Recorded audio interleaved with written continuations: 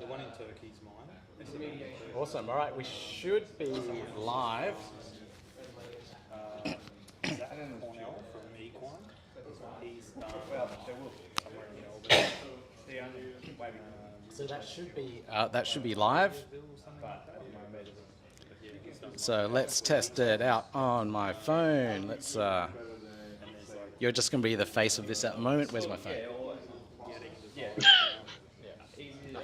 Well, not just the process in the amount. Yeah, because if I was that, it's the growth wouldn't even. We can grow. Yeah. I went with something like different. I went with turkey. I went with that sort of turkey, which is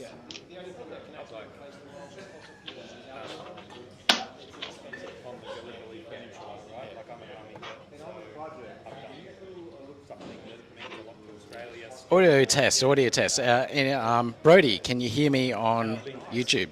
Just checking. It's cool to do something that you've done. Well, that's what we're looking for. Yeah, I nearly pulled the trigger. God, it might have only been a couple of days ago. And I was like, no, I'll wait because I want to see what you guys actually did or whatever else.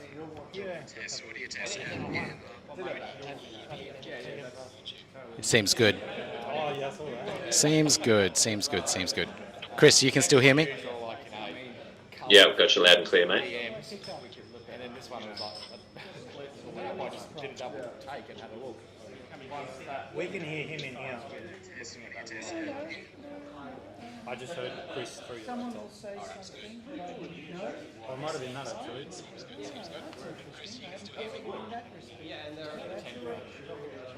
Awesome. All right, it's all working good. All right, we're just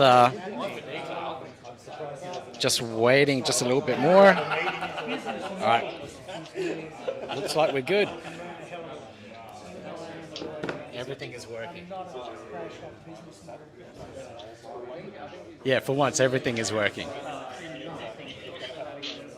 All right, let me just full screen this a little bit bigger, and we might as well get started because we have that strict time frame, all right? So let me just gear everyone up in here, and then we'll start with your presentation. All right. We're starting. All right. So we've got the strict time frame because of all the food stuff that we have going on. Like I want to eat tonight.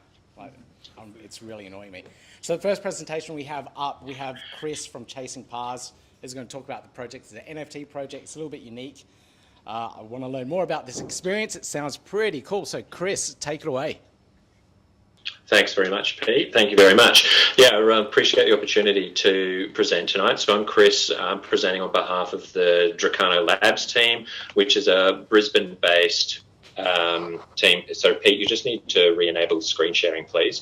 And we're focused on building some of our own projects as well as working with other brands and creatives who would like to launch their own their own NFT projects. So the project that we're going to talk about tonight is Chasing Pars, which is our first project, and it's a golf themed project. Pete, can you just let me know you can definitely see my screen now? Got it. So Chasing Pars is a golf themed project. Really what we're looking to do is to build a community around the idea of golf and NFTs.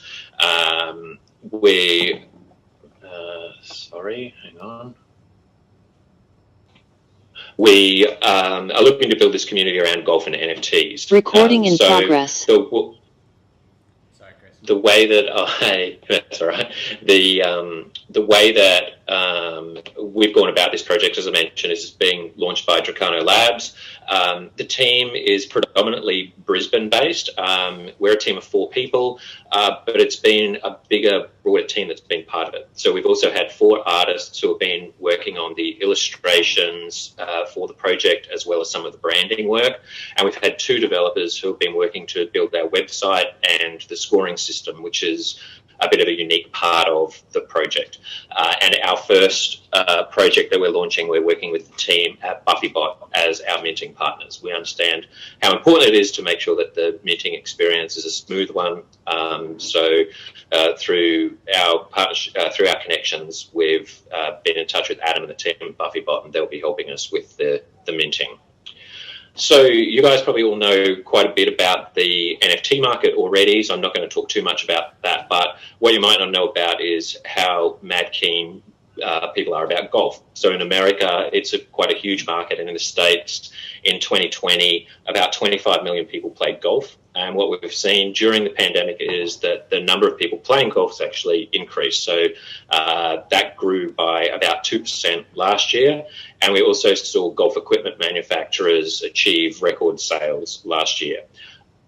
What's also happening is golf's undergoing a bit of a transformation. So where in the past golf was all about playing 18 holes, going out for 4 or 5 hours and playing 18 holes of golf, venues like Top Golf, where it's like I would describe Top Golf as like a bowling, 10-pin bowling for golf. It's great fun. Go along, spend an hour there, hit golf balls at targets. A lot of fun. And Tiger Woods is also opening some pretty premium mini putt-putt courses. So we've got these two audiences that we're looking to bring together around golf and NFTs. And the way that we're looking at doing that is through our NFTs.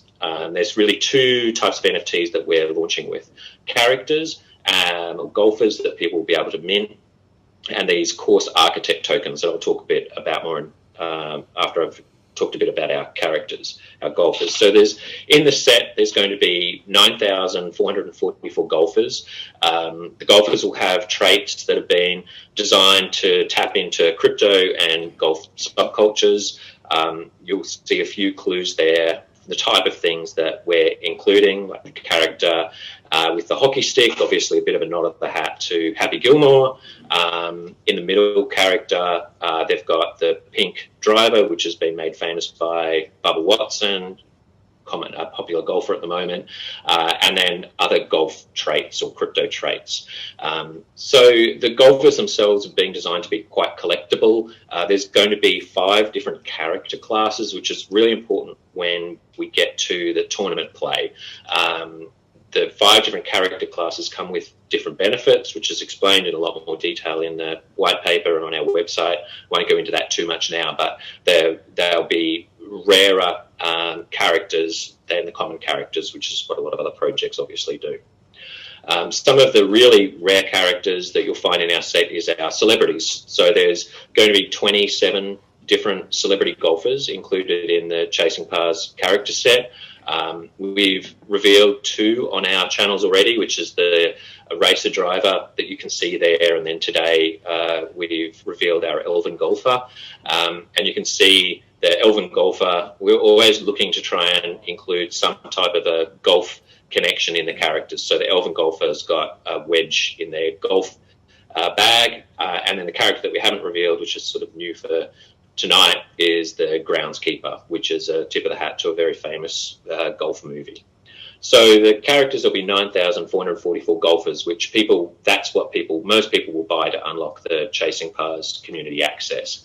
But people who are really into golf taking up this opportunity, which is to actually design one of the 73 golf courses that will feature in Chasing Pars folklore. People will be able to co-design this golf course. So we're working with an illustrator in North America who does this on the day-to-day. They actually work with you. You let them know where you want the course to be located, what the par of each hole is, what type of golf course you want it to be. There's 7 different course designs, types that you can select from, and then they take that information and draw that out into a golf course design like this, and then we're then extending that out and be presenting that back as an NFT. The golf courses are really important part of the program because they'll be the people who are really into golf will be looking to get these, and they'll also then be used as part of the Chasing Pars tournaments, which is one of the ways that we'll be trying to grow the engagement with people who hold our NFTs. So just reflecting then on sort of some of the utility, and then I'll dive in a bit more detail. We're really focused on building a community. So people who are into golf really love to catch up and talk about where they've been to play golf, what the newest driver is there's actually a little bit of community rivalry between some of the big brand manufacturers. So people love to try and talk about why the new TaylorMade driver is better than the new Ping driver, where they've been on holidays to play golf, new destinations, all of that type of stuff. So we can see that that will become a really important part of the project, people being able to gather around and talk about golf with other golf lovers.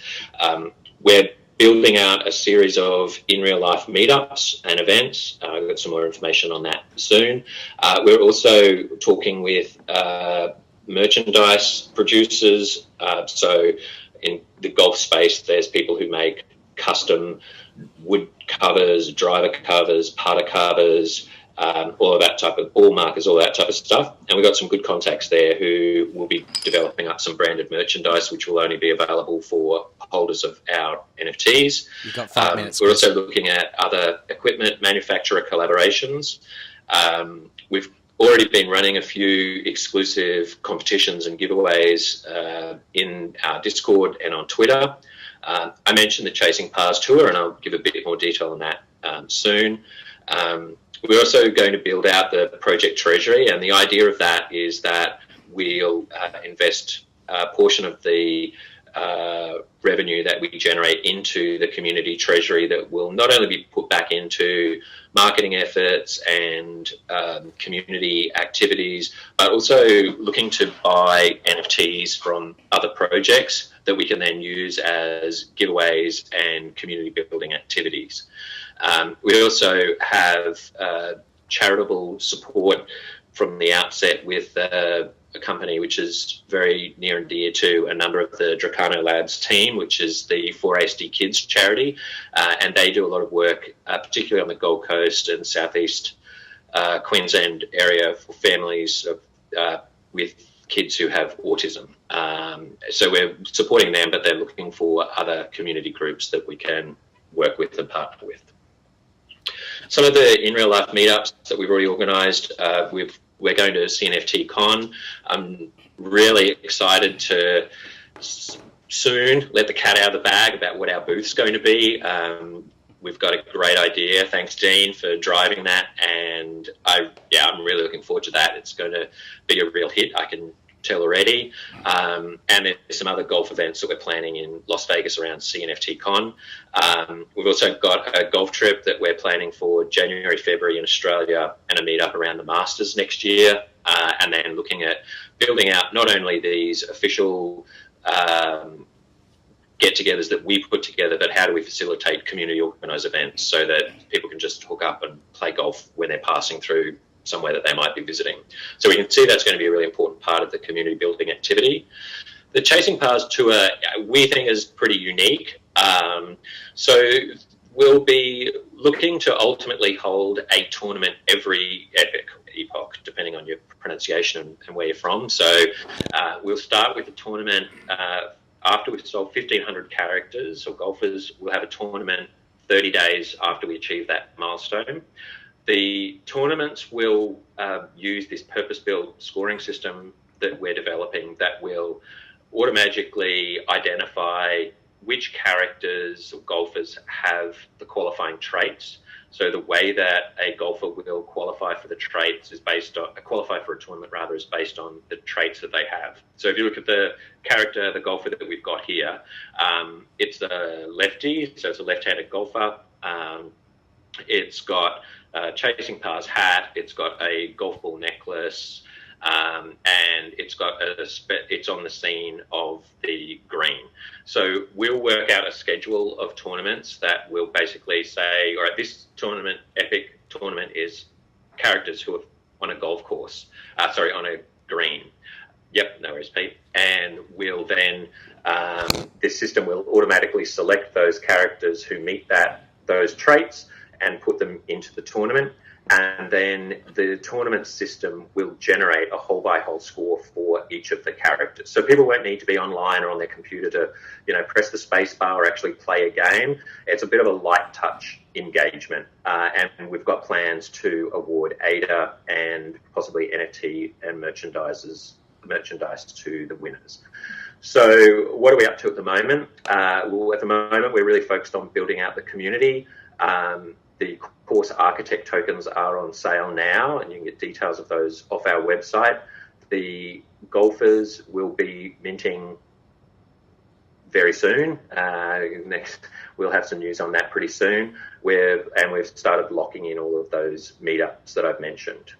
So you can find us pretty much on most of these channels that you would expect to find us on. And yeah, thanks Pete for the opportunity to talk chasing Pars. Right on time. Okay. Sorry, Chris, we don't have time for questions, as Algae Token is up next.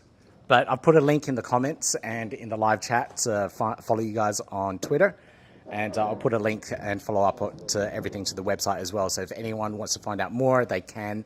All the details are there. Thank you very much, Chris. Sweet. Thanks, Pete. All right. Thank you. All right. Recording stopped. End that one, and we move over to Algae Token. Just put on your collars. Put on your collars on where yet. Pretty straightforward to use. Okay, and presentation. Here we go.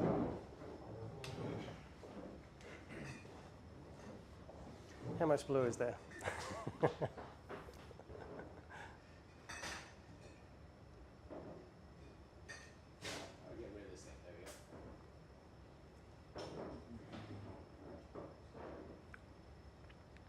Just give it 1 second. I just want to make sure it's streaming.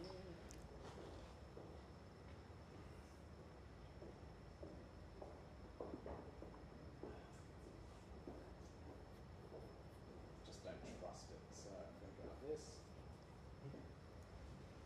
And you guys should be fine. Go for it. Okay, hi everyone. I'm Dylan, CEO of Algae Token. And I'm Sky, CTO of Algae Token. Okay, so we're both scientists who've been working in the algae industry for 15 years, and we're looking at a new project on the Cardano ecosystem. Yep, next slide, Pete. So what we're looking at doing is creating sustainable algae farms. And the concept is people purchase the algae token, we create the algae farms, revenue from those algae tokens, from the farms goes back to the algae tokens to rebuy the tokens and keep the projects continuous. What we've got over here is the picture of a pilot facility that we run at the University of Queensland in St Lucia, and this is just a small demonstration farm of what we can develop. So it's basically a template for what can be expanded quite massively throughout the world. A lot of products come from microalgae, and what we're going to talk about now is the benefits of using the blockchain for developing this system, as well as for how algae can integrate into an on-chain system. Next one. Go for it. Okay, so yeah, this slide here just shows our overall idea of creating the algae token from exchanges or swap sites, and then creating algae farms which have the sustainable high-value algae products. And we look at doing this internationally, first starting in Australia and creating a farm big enough there to support it, and then moving on to next projects. So we'll be looking at governance for people to be able to vote for where they would like farms to be. And we're looking at introducing smart contracts for governance, supply chain tracking, quality assurance, and we'll be looking possibly at NFTees and things like that in the future as well. So why algae? Okay, so algae is one of the biggest producers of the world. Well, it is the biggest producer in the world of oxygen, and it converts CO2 to oxygen. Every 2 kilos of oxygen gets turned into 1 kilo of oxygen. So we're looking at several things here: reducing global warming, ending malnutrition. So we're focusing on food, and it's high in value there. It's highly sustainable. It is the fastest growing plant on the planet, and we can look at renewable hydrocarbon fuels and biomaterials, nutraceuticals, fertilizers, cosmetics, and pigments, as we've got some examples soon. Pete? Okay, so what we're looking at doing with our project is helping the Cardano community get a net zero emissions there through doing this project and having it on there. So that's one of our sustainable solution ideas. They shouldn't be in there. This is the wrong. This is the wrong slide. Oh. So this is a previous slide deck. We entered into the Catalyst program. So that's another participation we do on the Cardano ecosystem. Are we good? Yep. This is the right way, right? Yep, Yes. so we can continue on from the sustainable solutions here if you want to talk about the benefits. So the benefits of algae are multifaceted. As Dylan said, there's a whole heap of products that can come from them. But what we're mainly looking at is what is the most sustainable way to produce food and feed for animals in the future, as well as generating more valuable use of land. So algae can be grown in the deserts. We can use seawater. And so with these more sustainable ways of producing food, we can create new products for an ever-expanding world. And there are a massive amount of benefits from microalgae. And so because of the niche market that it's currently in, we're looking to try and expand this knowledge for everybody out there through education in the blockchain, as well as developing these projects around the world so that we can expand the capacity to produce this product. If you want to go for the next one, Pete. So rather than go into all the absolute fine details of there's a multitude of benefits of microalgae, I'd like to just focus really quickly on nutrition. We have a very poor diet generally in the Western world, and just with 8 grams of algae, a small amount added to foods, you can get 100% of your omega-3s, your really important carotenoids such as lutein and zeaxanthin, which are really important for your brain and also as you age, making sure you don't get dementia.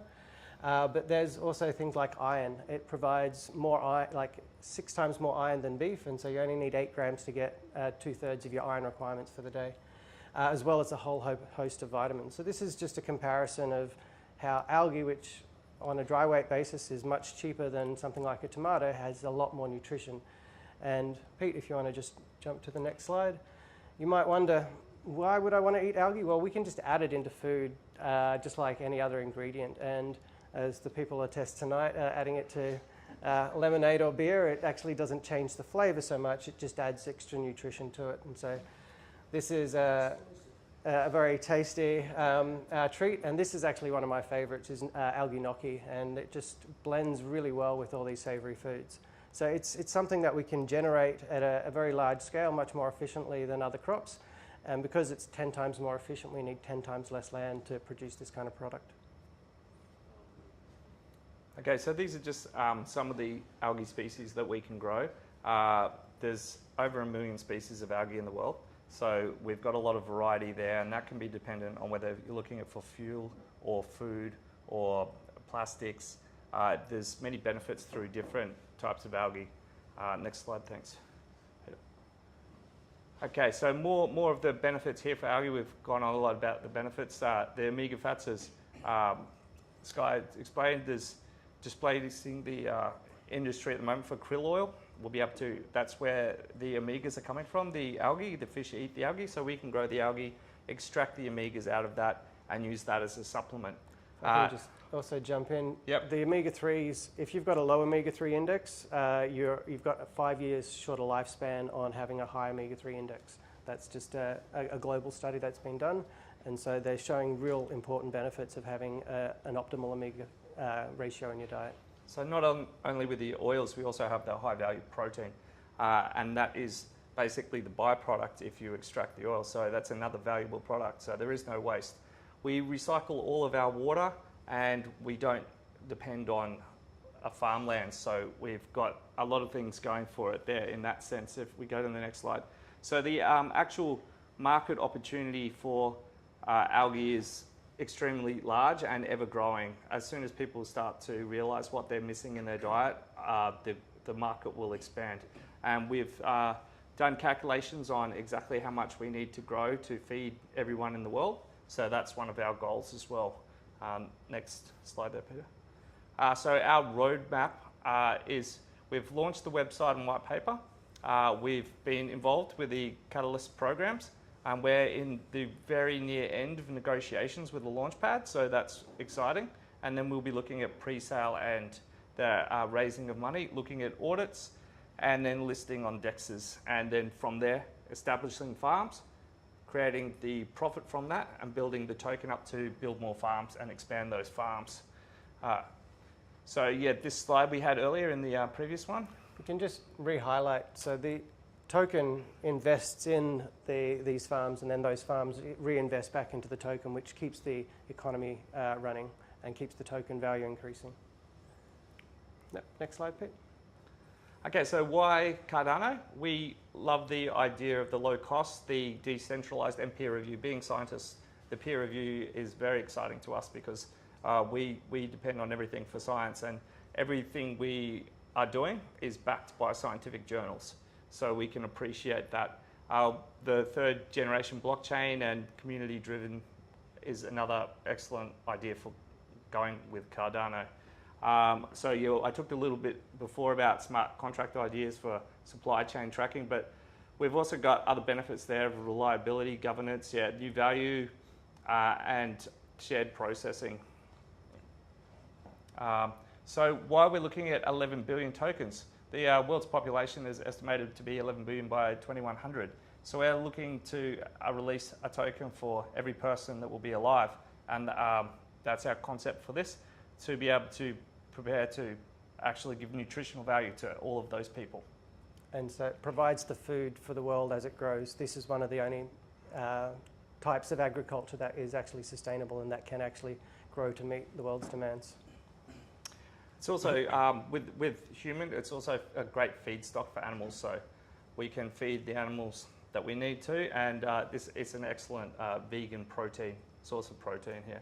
So our governance, we're looking at a on-chain experience for governance where people can vote, as I said earlier, on what projects are next and where we should go.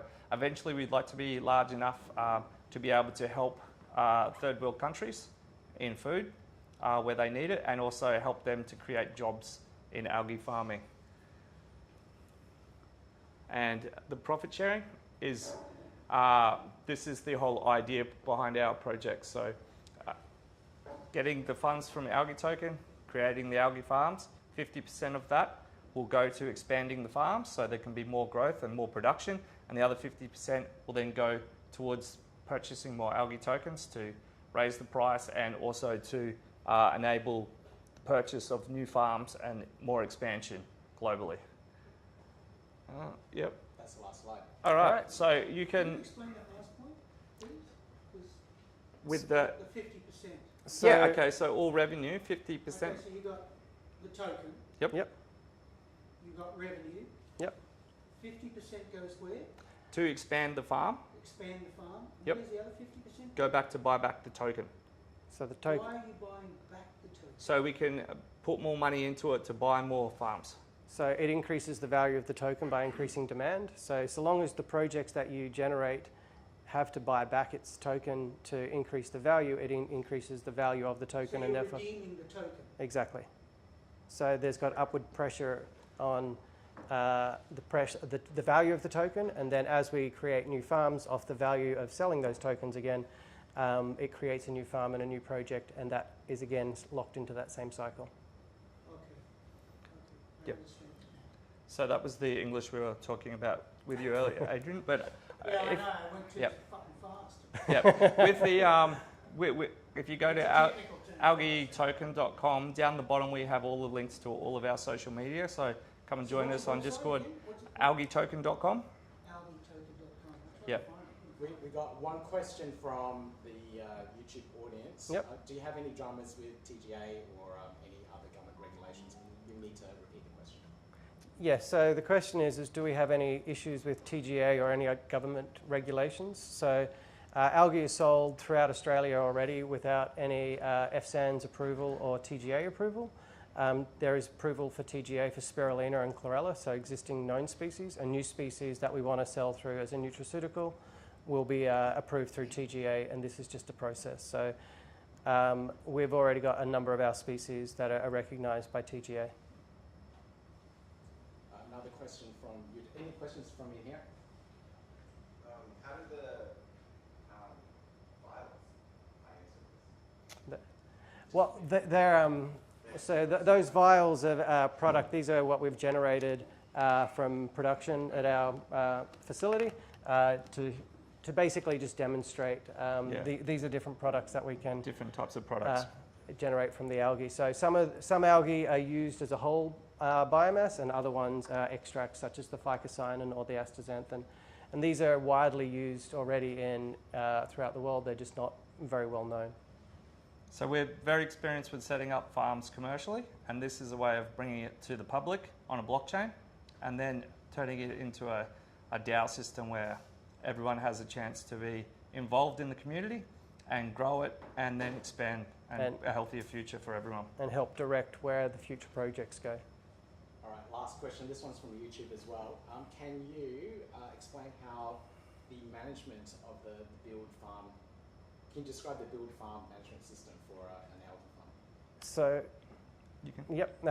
So we're experts when it comes to actually building these projects. We've done them all over the world. And so we would manage the build for the projects and then train the local people to run it, and it becomes its own individual project, and we're always there for ensuring that the maintenance and it continues to expand and grow. So this is about setting up communities with their own projects to help the communities. Okay, last one. Yes? Just repeat the question. Can you just expand on that one a little bit more about how many locals could be employed once it is operational, and potentially like how many during the construction phase? Yeah, so there is quite a lot of local, so the question is the social benefit for the build and for the operations. So there will be quite a significant initial jobs to build the facilities and continue to expand them.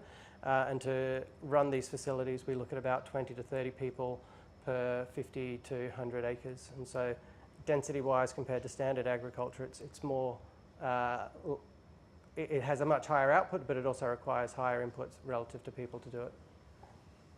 Cool. Thank you. Thank you, Algae Token. Thank you, Peter. Thank you.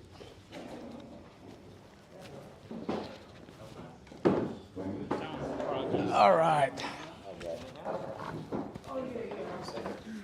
So, easy boys. All right, so as I close down this one, the next project is actually, it's all right, is actually my project. So this one here, let me get the things up. There we go, full screen this. And I'll make sure everything is streaming. I'm assuming everyone can still hear me.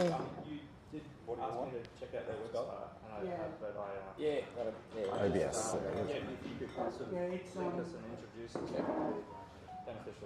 That's it. 1 second. That one off, and this one.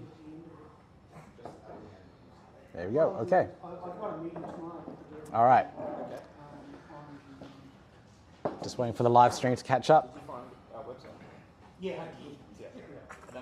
Okay, we're good. Okay. So this one is my own personal project. This is CardanoPress. So CardanoPress aims at linking and making it easier for projects in the Cardano ecosystem to build out websites and build out dApps. So it is quite a expensive and time-consuming process to actually build a website that connects to the blockchain. You need specialized skills, but this here is a plugin that my team have created that will allow you to integrate the blockchain in within about 5 minutes. You can install a WordPress website, install the plugin, put in your API keys for BlockFrost, and in a few moments you'll have a fully dApp created website that's connected to a blockchain, reading data from there, and away you can go. Now, for those that don't know, WordPress is an open source content management system, so it's free. You can download it, and there are millions of plugins that you can use on WordPress to extend its functionality. Everything from e-commerce to online forums, anything, almost anything that you can think of, like quizzes, whatever it is, you can build on WordPress. And with extending that, let me just pull up the stats first. So the WordPress market share is about 37% of all websites in the world. In the CMS space, WordPress holds about 62% of the share of content management systems, and that works out to be about 455 million websites globally. So installing Kadana Press on a small fraction of them will enable all those websites to have direct connectivity to the Cardano blockchain. So that's where we're at, and that's the type of reach that we can possibly have if people take up this plugin. There's a couple of really cool use cases, and this is one project that we worked on a little while back, and this is Ronin Universe. And this is where the majority of the work started from. So what we built for them was the little connector, which will allow you to connect the website to essentially all the wallets in the Kadana ecosystem, including Yoroi. So we went ahead and did the hard work to make it work with the DApp connector on Yoroi, and you can see it pop up there, and you can do whatever you want. What it does here is then pulls in the data from your wallet, so it just reads the data, just read data, and then manipulates that data on the website. So it replicates it, and you can do whatever you want in there. You think, okay, cool, that's fine, that's quite interesting. I've got nothing in that wallet, so I just connected this one here. So once you're actually connected to the site, the WordPress plugin will create an account. It's completely anonymous. It doesn't need any email address. It doesn't need any user data, and automatically logs you in. So, when you sign up to a new website, you need your email address. You need all this crap passwords, whatever it is. This turns into a single sign-on solution for every website out there. All you need is a Cardano-based wallet. So it makes it really quick and easy to get in and do whatever you want. So the Ronin Universe team, they wanted to build out a particular NFT collection, and from there it will pull in all the assets of that project, and on that page you can build a team, and on that team it gave them a rating score, and you could go in a little competition where you could earn another NFT or something. I can't remember the details. But it allowed them to build a unique collection and then share it and then have it rated amongst their peers. So that's what we originally built for them, and then we then went ahead and built all these other connectors and some other really cool usability. Now, so since evolving that, we've built out, like I said, a lot more usability and a lot more features out of here, and we've gone ahead and built full governance for projects. So if you have an NFT project, if you have a stake pool, if you have anything that you want on-chain governance for, we've built out the plugin to actually do that for you. So instead of integrating in like your own DAO system, you can do it from this particular plugin. What it will do is you can configure it to read NFT collection. So you can read all the NFTs in your wallet, maybe have 30 NFTs, and apply that voting power to your account. Maybe you're doing a token launch of some sort, and it will read how many tokens are in your wallet and use that as your voting power within the project. So it has a lot of different ways to configure itself so that you can use governance on-chain and do some really cool things. So here is just a basic layout that we have here. So these are the current proposals, and a user could go in here and vote on this particular proposal. I haven't got any voting power because I haven't registered beforehand, but we have like a snapshot period that you can do. So it will read, you need to register your wallet before a certain date, and then it will calculate your voting power on a particular date for this proposal, and then allow you to vote. That way people can't game the system. So it works a very similar way to how like Project Catalyst works. So we modeled a lot of things off that. But from here you can vote yes, no, whatever it might be, and then go in and participate in this particular ecosystem. So let me go back. Dean, Linda is stuck outside, I think. She's on Twitter, if you could. Thanks. Okay, so that's it. And that you can do upcoming proposals, past proposals, and so forth. So that's something that you can do if you're thinking about a DAO or a governance project. Now, the other thing that you can do is also if you're a stake pool operator. So here we've got delegates perks. So I really got to redesign this site. I've done a terrible job of making this look pretty, but all I care about is making it work. So what the app can also do for stake pool operators is read where you've delegated to.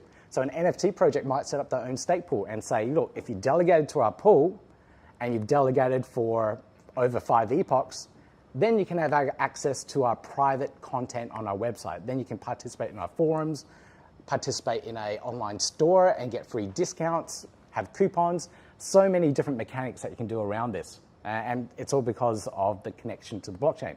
So here, if you're delegated to the ADA Oz stake pool, you can read the content here, which is our private submit API endpoint. And I can click on that, click on that, and it will give you the details for the endpoint, which is there. So now everyone knows my endpoint because I'm broadcasting live. Bloody hell. Okay, so let's go back one. Why did I click on that one? Or other bonuses that you can hide in here is like the LRN token, and it will tell you how to get access to that, etc. So it's like a paywall content management system, and it's all accessible by your wallet. So if I disconnect my wallet here, You're lucky I've got a photographic memory. so if I disconnect there and pray to God that the demo gods work, sorry, you don't have rights because you're not connected. That paywall is there. And it's the same if you connect a wallet that isn't delegated to this particular stake pool, you won't get access to it. So stake pool operators can do some amazing things. Now, I always found that delegating to a particular stake pool a huge pain in the ass. So you might be engaging with an operator online on Twitter, for example, and they say, all right, go to Yoroi, search in my pool ticker, and then you may find one that's a similar name, but ignore that one, delegate to this one, and et cetera, et cetera. So it's a real disconnect from engaging with a user to actually delegating. This way, you can just go, hey, user, go to our website, click on the connect button, connect your wallet, give it a few seconds, connect, bang, there we go. Pulls in the data of your pool, click on delegate, it will write the transaction for delegation, but I don't have any ADA in this particular wallet, so I can't. Let me just check that, and I think I'm already delegated anyway.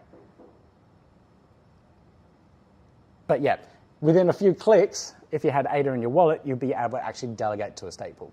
So it takes away that pain of actually finding the stake pool, pulling up like pool PM, not pool PM, pulling up ADA pools or going through and searching for a particular stake pool. You can just go directly through here and do that. So there's a lot of different use cases for this and a lot of different ways of actually going about it. We built in a whole bunch of other things as well. So if you're an NFT project, you can actually use our minting page. So if you have a minting address, you can actually use this and go ahead and mint an unlimited amount, but we have restrictions there. You can mint only 10, like maybe as a maximum.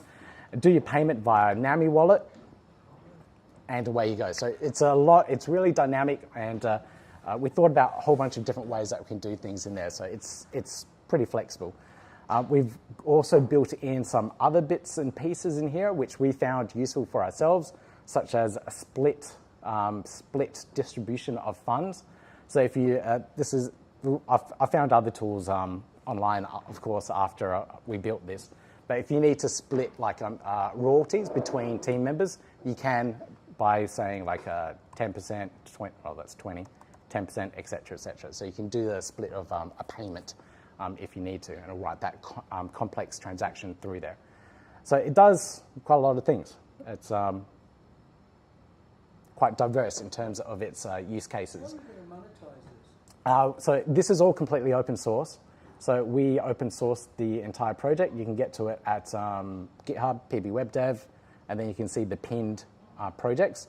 We're monetizing it by providing pro-level subscriptions of these particular plugins. So if you want to take it to a certain level or you need a particular feature, you need to pay for it on a monthly subscription. We also provide the consulting and the high-level build capabilities behind it.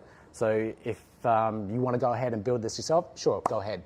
If you don't have the technical expertise, we're here to do it for you.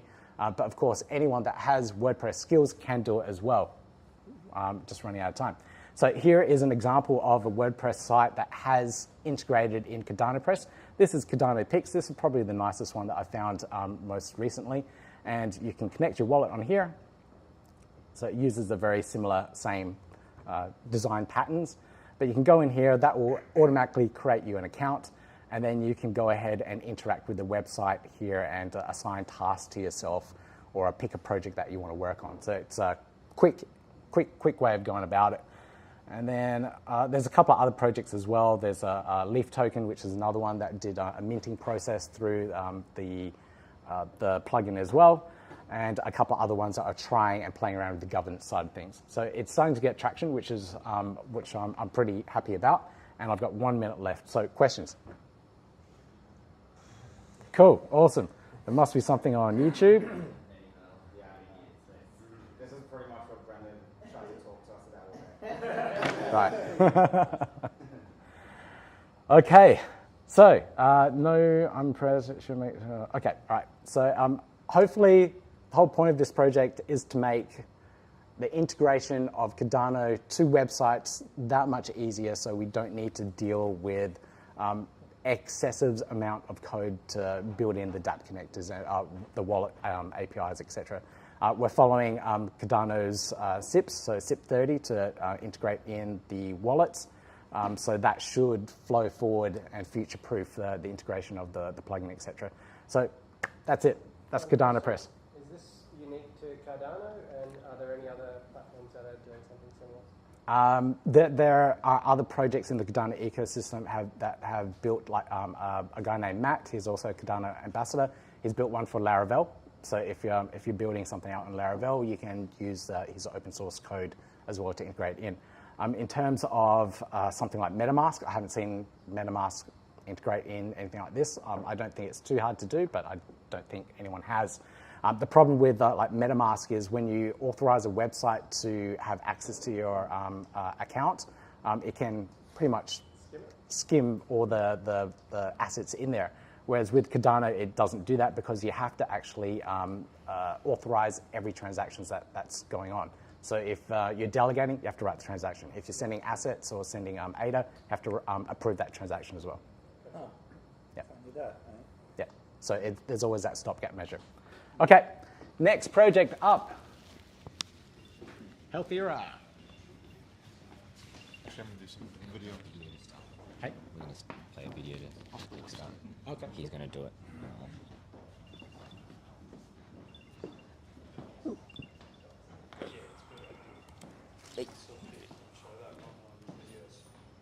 So with that plugin, of course, if it was a smart contract, it would rely on the wallet's connection. So hardware wallet, etc. Yeah. So you've added more to that since last time I saw it? Yeah, it's pretty bad. Yeah, you've added heaps. Yeah, the last thing we're going to add is an ISPO dashboard. So if you're running an ISPO, you can run an ISPO through it as well. Go ahead. I don't know if we have audio. This is Dr. Lisa. Now she wants to borrow some money to buy some dental equipment. She can spend it from existing cash flow or go to a conventional bank. But what if I told you there was a way that you can improve your cash flow and help out your own community too? Dr. Lisa is going to register with Healthera.ai, which is free to join and easy to use. Now, Dr. Lisa earns $100K a year and her business generates over $1 million. She wants to borrow $1,000 for equipment. Well, with Healthera.ai, she can do just that. And if she needed to, she could borrow a lot more. Here's Dr. John. He has money sitting around in a business account gathering dust. How much interest do you own? Not much, right? Wouldn't you rather lend that money out to your own community and earn interest on a daily basis? With Healthera.ai, he can do just that. Now he can invest it on the platform, and whatever interest he earns, he can take out straight away. It's like a savings account that makes you money. As you can see, the only people borrowing are hardworking dentists and doctors. So you know your cash is in good hands. Now, artificial intelligence will handle the matchmaking process between borrowers and lenders automatically, so you two don't have to worry about a thing. And if your borrower request isn't matched to an individual lender, we'll connect you to an alternative lending institution. Now, that's what I call fast digital finance. Register now for a $10 sign-up bonus and receive $20 for every colleague you refer, up to 5 people. It's not a bank, it's Healthera.ai. So go on, take the red pill.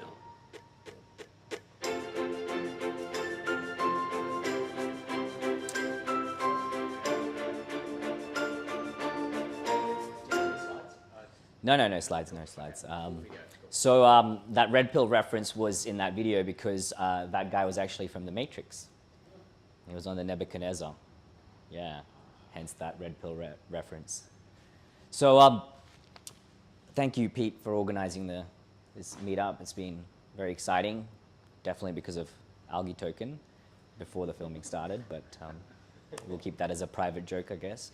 So my name's Rahul, previously known as Dr. Rahul Reddy. I don't carry that title. I don't like being called Dr. Reddy unless you've been a patient before of mine, okay? So I got dragged into the fintech sector, and blockchain is an aspect of fintech. I think it's not just evolutionary, I think it's revolutionary in terms of the technology and how it works and how it is able to provide finance so quickly and globally.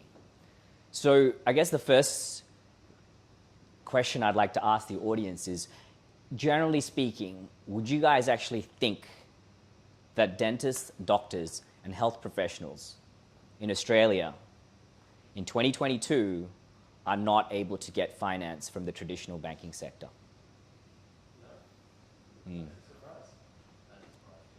Interesting. So this project's been going for a year and I've actually been live in the market. So I've been actually in some ways acting as almost like a sales guy or a finance guy, talking to real world health professionals who can't obtain finance. Our founding team is composed of quite a senior team. They've all done business in their various ways. An accountant with 40 years of experience dealing with dentists only told us a story before we started the project that a dentist had put down $2 million as a cash deposit for a $4 million property and was knocked back for finance. That's 2019. In 2022, I'd like to tell you the story of one of our clients who earns around or over $200,000 per annum. He doesn't have any children. He's looking for finance for $500,000 to buy an operational dental clinic generating $700,000 in revenue. He has a house. What he doesn't have is within the industry, he's an oral health therapist. He's entitled to own a dental clinic, but what he doesn't have is the doctor title. So he's managed to, and we managed to find him finance at 11 to 12%. Sorry, stand corrected. That's what we were aiming for. Finance at 15%. But what was surprising was that the lender required for him and for them to place a caveat on his residential property, which makes no sense. Because he's asking for $500,000 to buy an operational business, and they don't care about the business being placed as security. Now, in the finance sector, I've come to know this because I'm not from the finance sector. That's skin in the game. Whose skin is in the game? The dentist or health practitioner running the company? Or is it the bank's skin in the game? Interesting. What was more interesting was in the last month, we bumped into a dentist who set up a patient payment plan company. And it's an established company for 11 years. So he's trying to do the right thing. He's a dentist and obviously he runs his clinics, but he's set up a company to assist patients to get finance that can't afford it. Now, he gets 80 to 100 leads per day, requiring funding of $5,000 per patient because they can't afford to get dental treatment. Whether you think dental treatment is expensive or not is irrelevant, and there's reasons for that. There's so many intermediaries, but we're on it. Healthera.ai is on it. Okay? So he uses some alternative funders that are already available in the market at the moment. But from month to month, believe it or not, they run out of money. There's not enough liquidity to provide even patient financing. In Australia, in 2022. So first of all, I'd like to ask this gentleman, you've been around the traps, it looks like, mate. Do you know if dental is covered under Medicare or not? No, it's not. It's not. You know that, right? Yep. So imagine the story of this patient who goes to the dentist, who doesn't have the money to get dental treatment done. Where are they going to go next? Some of the loans, and when I was practicing, yes, there are some credit companies that offer patient financing at 20+%. Thankfully, they don't need a caveat over your house, but 20%.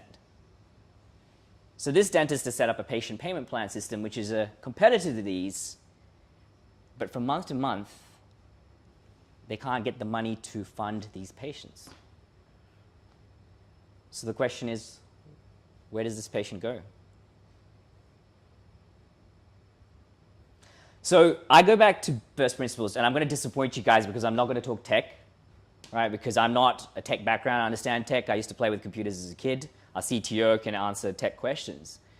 But I am a dentist, and I understand business. I ran my own clinics. I understand that crypto and blockchain as the underlying technology was created to provide financing where the traditional banking sector fails. So I really think, what is our project about? Is it about blockchain? Is it about crypto? Is it about DeFi? No, I think fundamentally this project is about us. Because if this is a problem and we use basic fundamental principles, mathematical principles about extrapolation, if this problem lies here in Australia in 2022 where dentists, doctors, health professionals can't get finance easily, or patients cannot have any avenue to get finance, what about developing countries? So my background is Indian. I immigrated to Australia.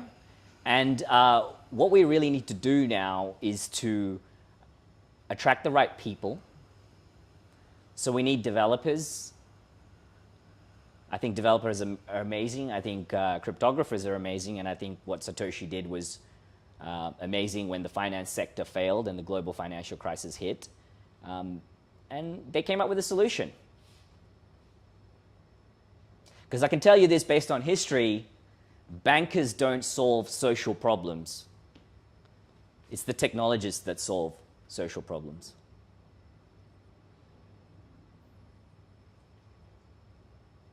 So we need Plutus, Haskell developers because we're going to be working with the Cardano ecosystem. They're into liquidity, AI, and developing smart contract technology, particularly around DeFi. We need to also scale up our team in regards to establishing an office and a sales and marketing team because our industry is a little bit more old school and we still need to onboard clients, assist them to onboard clients, and to sign them up and submit loans, which we can then obviously fulfill through funding mechanisms. In Australia also, it's a little bit harder because we need to have the right regulatory licensing in place. Because once you start pooling money, and once you start lending it out to patients, which is not on our strategic roadmap right now, currently, there are problems. And there are regulation and red tape, and it's difficult. But navigating those, I believe, is worth it because we solve such a big problem. I was going to invite Logan up. Would you want to just come up for a few questions maybe, Logan? So Logan's awesome because, well, he's the right material. Regardless of whether you're a developer or a marketing person or an ops person, you really need to have this right stuff to want to solve this problem genuinely. So do we have any quick questions, guys? Is the finance being supported by the blockchain susceptible to the changes in the value of the blockchain? I'll answer that question now. So the interesting thing is, and actually Andrew reminded me, one of the interesting things about our industry is that we need assets to deliver care. So the dentist cannot do a filling without a drill, correct? Without a clinic, chair, etc. So part of our project, and it's in our white paper, is about collateralizing our platform with real-world assets, cryptocurrency as assets, and fiat currencies as assets to back our token. And we believe with the integration of also a stable coin, which is why I intend to talk to Andrew before I leave Brisbane, I think that will reduce any volatility associated with our token. But once again, I'm going to take a step back and not deflect, but say that there is a bigger problem at play at this moment than volatility associated with our token. Our token is just a facilitator of finance, and it hopefully will speed up finance provision to seconds as opposed to finance over a month for dentists and doctors. Anything to comment on that? Are you registering your stuff under the PPSR? So we've got a lawyer on the team, so I don't profess to know all the integral aspects around that. In the real world practical sense though, and sometimes we get lost in the blockchain crypto world and platforms like Aave, which are awesome, but I think there'll be a transitionary process where some documentation will need to be still stored on chain. But as I understand the IPFS systems on... No, PPSR.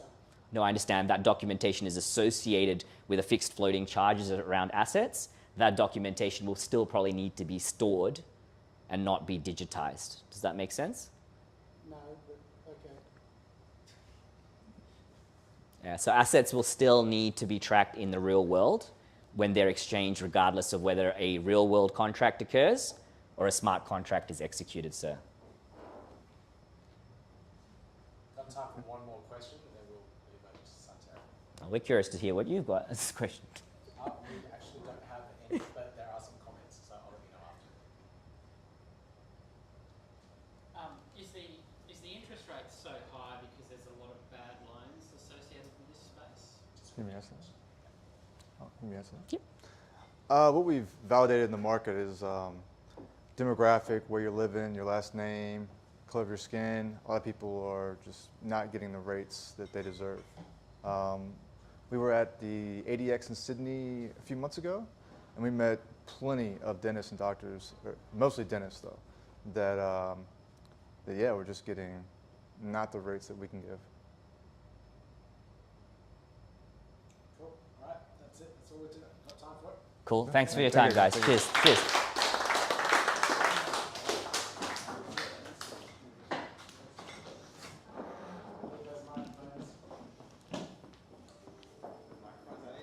Oh, yeah.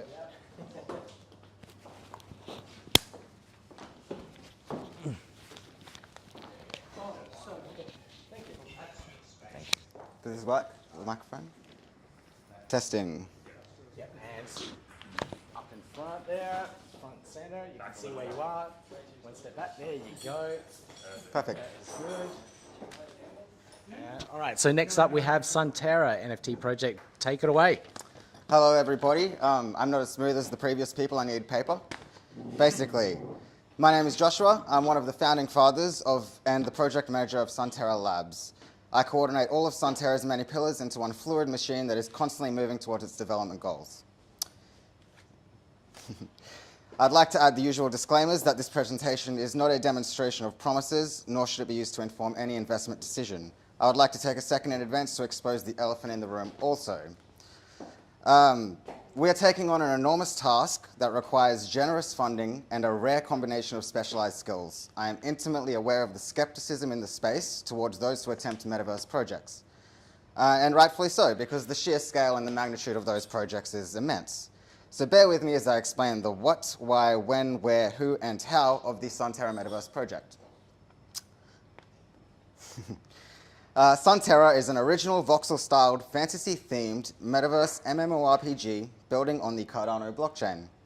Players will have a variety of play-to-earn methods at their disposal whilst partaking in a truly addictive and immersing gaming experience. There will be the developing and trading of player-owned lands, minigames, XP farming and skilling, quests, PvE raids, PvP battles, CNFT asset trading, and there will be Sunterra United Bank DeFi products. The world. So Sunterra started out as a novel that I wrote a long time ago, and all of the lore is already written, etc. It is a hollowed out terraformed exoplanet where the interior of the outside shell serves as a concaved ethereal land, and the exterior of the levitating central core serves as a convex abyssal land. So you can imagine if this was the core land, and that was the outside of like the shell of the planet, if you can imagine such a thing. So the void contains a gravitational reversal point in which the shared sun orbits between them. This image is to demonstrate the form of the land, but in reality, the top is a lush mountainous range full of like beautiful villages and trees, and the bottom is an arid, dead kind of landscape. And the reason for that is that the sun leans more this way. The entire point of the Sunterra law is that they're in a war to get the sun to the rightful place in the sky, to land. Slide on the land. Yeah. At the release of the minimum viable product, we will have a Genesis ethereal city called Signa Basra and a Genesis abyssal city called Neverburn. There are 10,000 plots in each city, and further cities will be released with expansions over the years. Minimum expansion timeline will be decided upon by landlords and token holders, and the Genesis landlords will have whitelists for all future expansions of their respective land. This is our map that we have up on our website. You can connect through the DApp connector, and you can, we don't have testnet available for all of you right now, but we have testnet available to us, and any lands that we purchase in our wallet shows up on here. It's a pretty beautiful thing. So one unit will form a 1 by 1 square that's represented in green. This is our base map before any trading takes place. 9 units forming a 3 by 3 square can be conjoined at will by anybody if they accumulate them anywhere on the map that it sees fit. These pathways and these yellow plots and these blue plots and these grey plots are all public lands. Nobody can ever encroach on those facilities. So, all the Genesis landowners will qualify for the Sun's token airdrop, and a limited number of pre-configured estates will be up for mint for those that do not want to track down adjacent lands after market. Skills. So this is the crux of the entire project, basically. Players will be able to advance through different skills which unlock better ways of playing and earning within the Sunterra metaverse. As a player levels up in a particular skill, more content becomes available to them, which in turn allows them to unlock more content. Each skill will have methods that are tedious, exhilarating, and some will be completely idle. The amount of experience required to hit the next level will grow exponentially the higher the player advances. So it starts off as there are harvesting skills. You take the direct resource, you invest gameplay time, which then the treasury mints for you the resource. Then you can, when you're partaking in a manufacturing skill, you take that resource and turn it into something.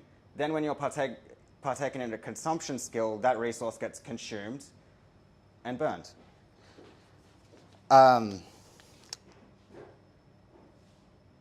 Yeah, so the next slide, sorry. The economy is based in a collection of basic natural resources minted during the training and harvesting of skills. Players mint resources using harvesting skills, then refine those resources as I just explained. The PvE and PvP property development aspects of the game ensure the resources leave the economy. Food is eaten, potions are consumed, armor is lost, and houses are redeveloped. The skilling portion of the game ensures demand for these assets at every step of the way, since they are being distributed to an economy of players that require them for perishable use in order to increase the value of their avatar. Resource CNFTs can be turned into equipment CNFTs during manufacturing skills. Equipment CNFTs include armor, weapons, clothing, jewelry, augmentations, mounts, skins, companions, technology, and tools. Players will be able to buy and sell CNFT equipment on the in-game decentralized exchange, which we do not intend at this moment to build ourselves. We intend to defer that to projects that are already building. Avatars will be minted as CNFTs with blank stats in the form of metadata. As players advance, their metadata records their progress. Avatars can be burned. Death has no avatar metadata punishment. You can only lose CNFT equipment. Avatars are of 2 races, the ethereals and the abyssals, according to the respective lands that I showed you guys before. Avatars can be minted with the hardcore Iron Man condition, which burns the avatar automatically if it dies. Combat.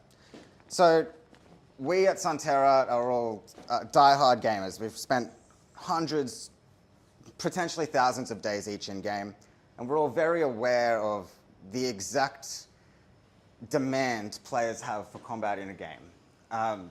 games never seem to hit it right. They always seem to just get it slightly wrong, and that's because they're not native to MMORPGs. Basically, we have a traditionally inspired, yet unique set of combat mechanics. We believe these combat mechanics will combine to create the ideal game. Players will move in a battle just like they move in World of Warcraft, for example, with the WASD keys. This experience will be fluid and reactive. After players use a move, it will require a cooldown. These are experiences players are used to based on previous games they've played. Depending on abilities, players may fly, dig, dive during battles. They may also place defensive structures during battles. Players will attack with weapons and raise their shields by pressing the assigned buttons, just like something in Minecraft, for example. Players will have available to them a unique set of fighting potentials according to their various combat skill levels.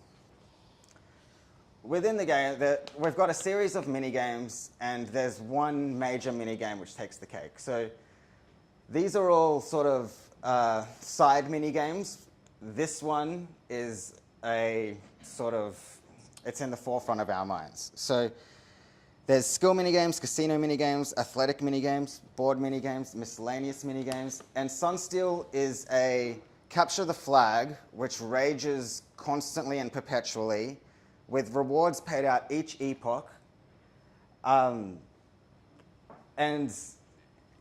so you can imagine the sun is in the middle of the shared sky. Players have to go to the sun, collect light, take it back to their home base. This is constantly running in the background all the time. Quests and lore. The questing system in the game will involve immersion in two opposing but fundamentally connected sets of lore from the perspective of each race as they spiral into a great war to return the shared sun to its equal place in the sky. The quest lines and laws weave through one another and leave the player unable to determine if they are the hero or the villain. Quests will have their own various skill quest and minigame requisites that must be fulfilled in order to qualify an avatar to gain admission to the quest. It's just like RuneScape if you've ever played it. Once a player completes all quests, they are awarded the Questmaster title, and this is not an achievement to be taken lightly. The bank. I would like to note that we do not intend to build any of these protocols as it is. We intend to defer these protocols to projects that are already doing it pretty much perfectly. We intend to partner up with people, not build this fundamental stuff. So the bank will offer multiple services, and the following products are concepts that we hope to build within it. Some of the following concepts may be scrapped or altered during the development process. There will be a high-interest savings account. This account will have minor withdrawal fees, which will go back to the Sunterra treasury to help with game development, and will offer a generous APY for the Sunstones token. Details of this account will be voted on by community in later stages of development. There will be a fungibles lending and borrowing protocol, and there will also be a CNFT asset lending and borrowing protocol. So if you have high-tier armor, weapons, tools, lands, or even mounts, maybe you won't be using them for the next 8 hours while you sleep. Why not lend them out to somebody who needs them to go do their chores in the game? Why reinvent the wheel? Sunstones token. The Sunstones token will be used for government, staking, and rewards. A substantial portion of the Sunstones token will be airdropped to early supporters of the project, landlords, and stakepool delegators. The Sunstones token grants voting powers to holders, and holders of preset amounts of Sunstones token receive special rewards such as mounts, armor, in-game badges, privileges, and reputation. It is the token on which the entire game is going to be based on, and a lot of it will be vested in-game through actual gameplay scenarios, such as drops from bosses, etc. Why? Existing budding metaverse projects lack game structure that contains short, medium, and long-term goals for the player to strive towards, and the MMORPG genre brings that to the table. Currently advertised metaverse projects under construction seem to be the arena for these MMORPG games, but the actual MMORPG themselves are not getting built. They're just the environments for them. They have the real estate markets, the economies, but they lack the overarching game structure that players will demand and require in order to enjoy themselves for long periods of time. How long are we really going to be able to walk around Decentraland doing nothing? Existing MMORPGs prohibit real-world trading because it does not benefit the centralized game manufacturer. So players spend countless hours in a world that gives them no real-world value to show for it. Black markets form for each of these titles despite these rules, where players trade real-world money for in-game money secretly because there is demand for it. In Venezuela, for example, RuneScape players make more money than doctors. We are going to bring these two concepts together because nobody else is daring to, and because we are the best people for the job, and I'll justify why that is in a moment. When? A precise and orderly timeline will be introduced in the 2023 roadmap, not anytime soon. This is a huge task and we're taking it very seriously. Where? Cardano.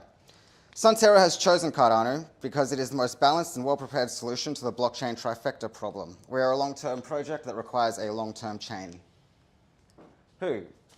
This is the founding fathers of Sunterra Labs. We have 8 other people working for us who are not disclosed on this screen. We are all MMORPG natives. This is our strength. We are all top tier and extremely long-term projects in our respective games, and this is something that almost every metaverse project developing today completely misses out on. They don't understand the market. Old school RuneScape and World of Warcraft are our games of choice. Each member has spent literally thousands of hours, I've said that already. We know the minds of gamers. We know what they truly want. This is the game that everyone has on their mind, but nobody has dared to go forth and actually make. Sunterra Labs was formed not to create a project on Cardano, but as a result of countless hours of nuanced discussions amongst the team regarding the minute details of MMORPG balancing and rules, for no other reason than genuine interest and enjoyment. We then decided to bring that to Cardano. How? How, sir? As I speak, the astute amongst you will be thinking, how do these guys plan to do this? Making a quality MMORPG requires an enormous budget, well into the tens of millions, and a large team of highly capable and multidisciplinary individuals working to a degree of efficient harmony that is not only extremely rare, but that produces something consistent, coherent, and remarkable. It must be remarkable because most MMORPGs fail. Trust me, we are aware of the magnitude of the task. It is, however, an ambiguously priced pursuit. The cost of success can be mediated by passion and genuine interest. Take RuneScape, for example. It was created with little to no monetary capital in the bedroom of somebody with passion, specific knowledge, and the drive to produce the game. This went on to become one of the most profitable, noteworthy, and widely beloved games of all time. Other extremely high-tier games, such as Amazon's New World, had budgets that are in the low hundreds of millions, and they fell flat. They were met with anticlimax and dubious ratings from critics. So we have learned that the likability of a premium title is not in proportion to the amount of capital being invested, but in proportion to the passion and genuine interest of the team building it. At Sunterra, our plan is placed somewhere between the two strengths of capital deployment, and the sort of economic efficiency that comes from people who are here without any wage, but with skin in the game, working together to make something great. With that being said, I'd like to briefly discuss the nature of our revenue streams. Firstly, it's worth mentioning that Sunterra will be released in phases, and the cost of the minimum viable product will be substantially covered by Sunterra's initial team capital investment and mitigated by our first Aether Genesis and Abyssal Genesis land mints. We are our own VCs. The minimum viable product will be detailed extensively in the near future, and it will be a severely diminished version of the final game. The team will not be taking any personal profits from our initial fundraising endeavors, including both the Genesis mints. The team will be airdropped 20% of the Sun's token, and that will be the compensation for our efforts. The vesting schedule of that drop will be optimized for community's peace of mind. Prior to phase 1, before the minimum viable game is even released, several of these revenue streams will be in effect. The sale of 20,000 lands in total, 10,000 ethereal, 10,000 abyssal. Sounds crazy, but not when you compare it to currently existing popular titles that have between 60 and 100k land parcels. Royalties from our own marketplace attached to the map. Avatar minting, which will come out very shortly. We'll have the Sun's treasury will take in a revenue, which will reinvest to develop the game. We have current Sunterra capital investments in the cryptocurrency industry that is substantially, we have enough to produce the minimum viable product on our own. We're also going to be running an ISO, and there's also the possibility of Catalyst funding, but we are not relying on this in any sense. A large goal like Sunterra sounds impossible if you look at it as one overarching goal. But when you split it into tiny steps with unveiling revenue streams, as further investment is required, the job becomes much more digestible.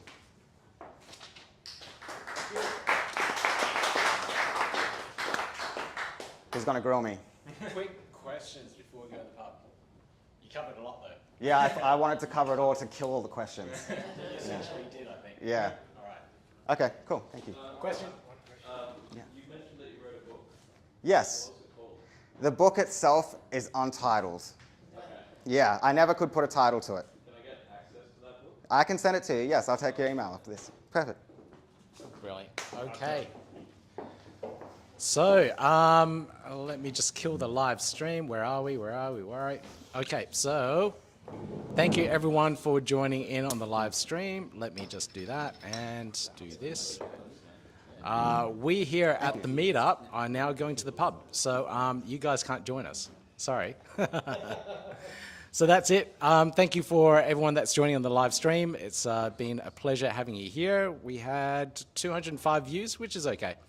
But it is 7:20 here, and we need to be downstairs as soon as possible.